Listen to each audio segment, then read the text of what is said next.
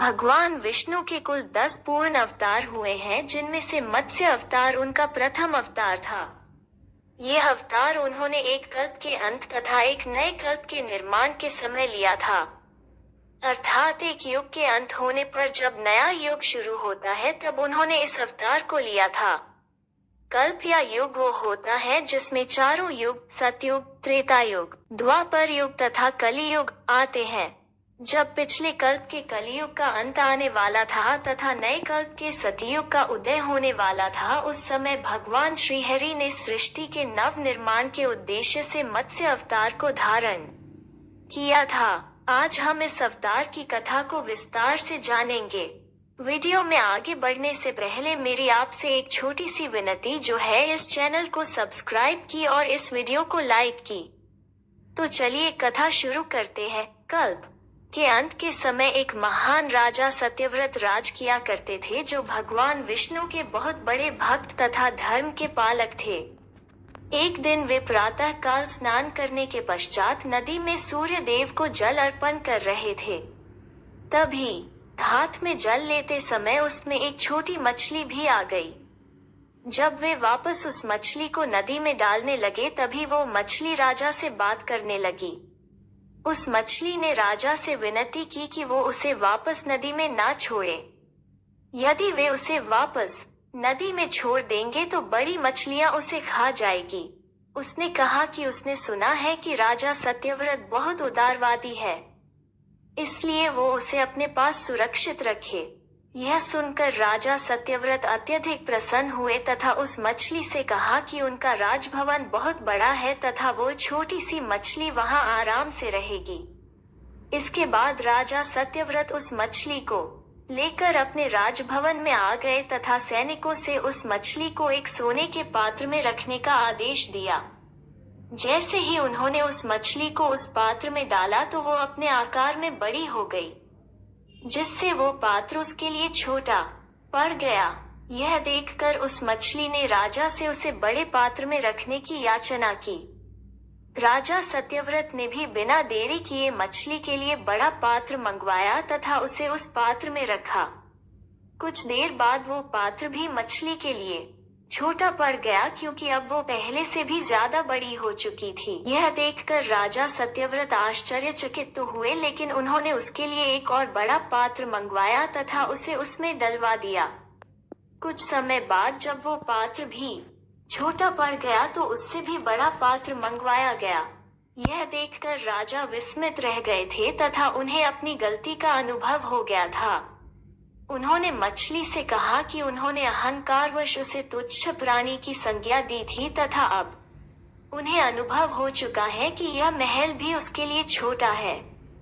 इसलिए राजा ने उस मछली से हाथ जोड़कर क्षमा याचना की तथा पुनः उसे नदी में छोड़ आए। जैसे ही राजा सत्यव्रत ने उस मछली को पुनः नदी में छोड़ा तब उसने अपना आकार इतना ज्यादा विशाल कर लिया कि वो नदी से भी बड़ी हो गई।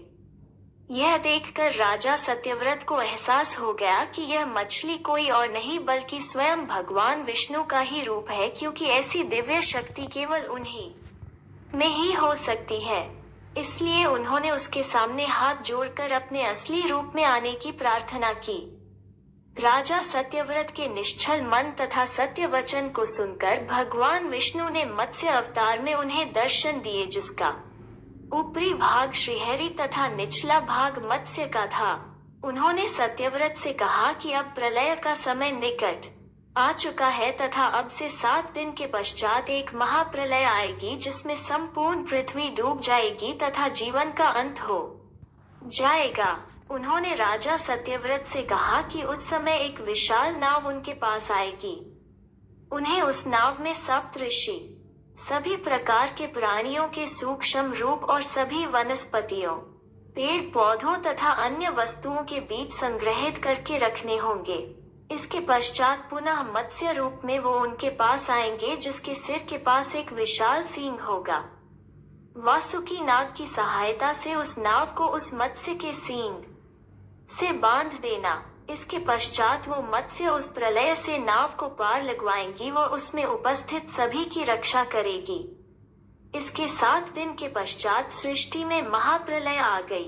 राजा सत्यव्रत भगवान विष्णु के कहे अनुसार सप्त ऋषियों समेत अन्य सभी वस्तुओं को अपने साथ लेकर एक ऊंचे पहाड़ की चोटी पर चढ़ गए। तभी एक विशाल नाव उनके पास आई जिसमें उन्होंने समस्त बीजों तथा प्राणियों के सूक्ष्म शरीर को रखा। इसके पश्चात वे सभी उस नाव में बैठे तथा वो नाव प्रलय में तैरती हुई आगे बढ़ने लगी। प्रलय ने भयानक रूप लिया, तब उनकी नाव भी हिलने डुलने लगी तथा पानी अंदर आने लगा। उस समय भगवान विष्णु पुनः मत्स्य अवतार में वहां आए, जिसका एक विशाल सींग था। वासुकी नाग भी उनके साथ थे तथा सत्यव्रत ने उसकी सहायता से नाव को मछली के सींग से बांध दिया। इसके बाद सृष्टि में प्रलय आती रही तथा सबका अंत हो गया। प्रलय के शांत होने के पश्चात वो नाव एक किनारे धरती पर पहुंची तथा भगवान विष्णु ने पुनः अपने मत्स्य अवतार में दर्शन दिए।